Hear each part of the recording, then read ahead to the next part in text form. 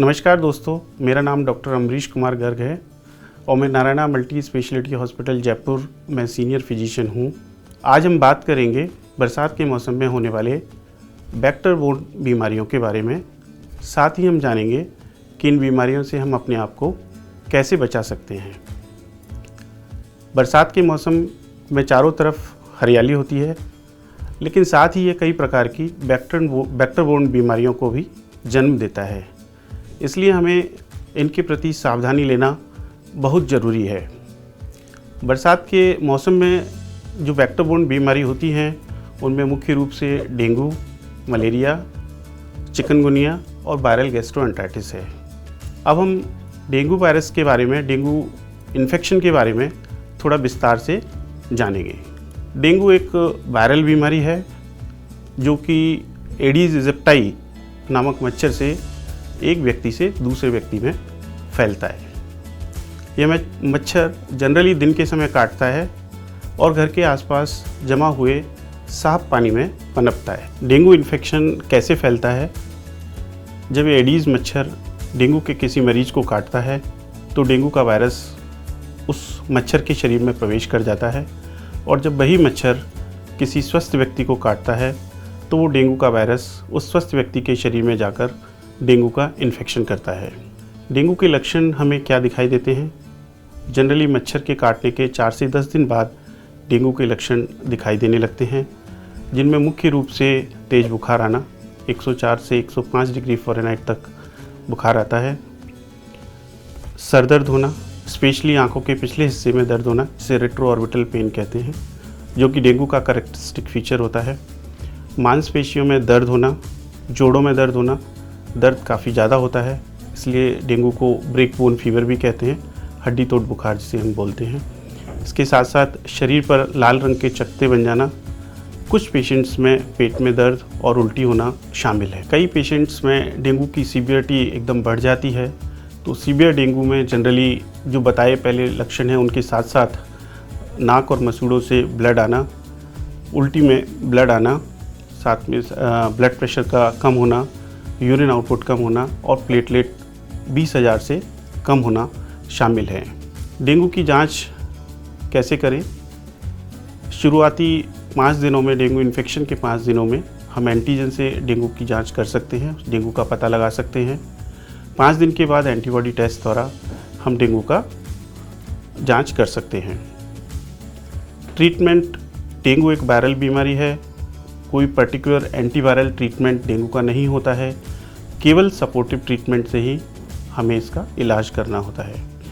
तो कुछ चीज़ें हैं जो हमें ध्यान रखनी हैं। जिनको डेंगू का इन्फेक्शन हुआ है उन्हें पर्याप्त रेस्ट करने की सलाह दी जाती है। साथ ही साथ पर्याप्त मात्रा में पानी पीने की सलाह देते हैं। नारियल पानी, ग्लूकोज पानी, ORS ले सकते हैं और यदि बुखार या बदन में दर्द हो तो पैरासीटामोल टैबलेट ले सकते हैं। एस्प्रिन या आइबुप्रोफेन टैबलेट अवॉइड करनी चाहिए क्योंकि इनसे ब्लीडिंग का रिस्क बढ़ जाता है। डेंगू से हम अपने आप को कैसे बचा सकते हैं? तो हमें मच्छर को काटने से रोकना है। उसके लिए हमें क्या ध्यान रखना है? फुल स्लीव्स के कपड़े पहनने हैं, स्पेशली बच्चों को फुल स्लीव्स के कपड़े पहनाएं। मच्छरदानी या मॉस्किटो रिपेलेंट का यूज़ कर सकते हैं। घर के आसपास पानी जमा ना होने दें। कूलर में नियमित रूप से जो पानी है उसको चेंज करते रहें। गमलों या खाली बर्तनों में पानी इकट्ठा ना होने दें। इन सब बातों का ध्यान रखकर हम मच्छर को पनपने से रोक सकते हैं।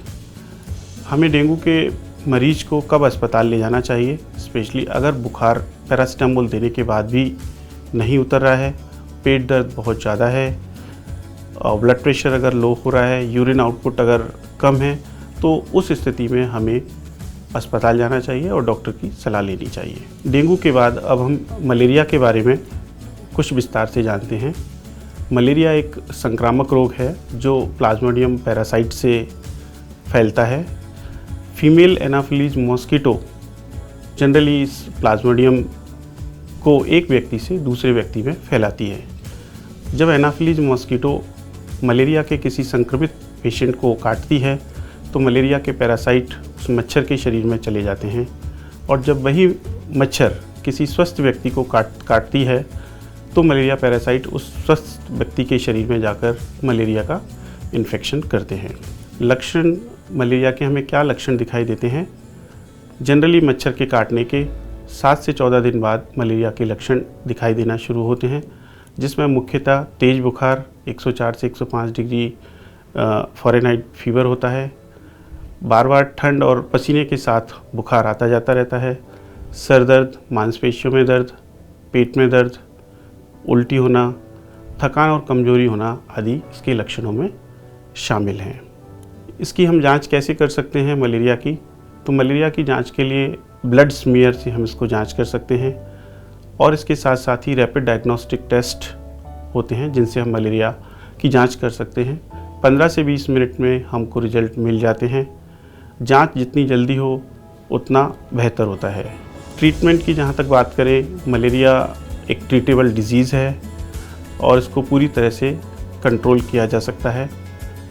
डॉक्टर के द्वारा प्रेस्क्राइब की हुई दवाइयों का पूरा कोर्स लें और यदि समय पर मलेरिया का ट्रीटमेंट नहीं लिया होता है तो कई बार ये गंभीर बीमारी का रूप ले लेती है और जानलेवा भी साबित हो सकती है। कई बार मलेरिया सीवियर हो जाता है, तो सीवियर मलेरिया में हमें क्या क्या लक्षण दिखाई देते हैं? पेशेंट कई बार बेहोश हो जाता है, स्पेशली बच्चों में दौरे आने की संभावना रहती है, सांस में परेशानी हो सकती है, खून की कमी हो सकती है या कई बार लिवर और किडनी में खराबी आ जाती है। तो ऐसी स्थिति में हमें पेशेंट को तुरंत ही अस्पताल ले जाना चाहिए और डॉक्टर की सलाह लेनी चाहिए। तो जैसा मैंने बताया, मलेरिया और डेंगू दोनों को हम प्रिवेंट कर सकते हैं, दोनों प्रिवेंटेबल डिजीज़ है। अगर हम जागरूक रहें और मच्छर को पनपने से रोकें तो हम दोनों बीमारियों को काफ़ी हद तक कंट्रोल कर सकते हैं। धन्यवाद।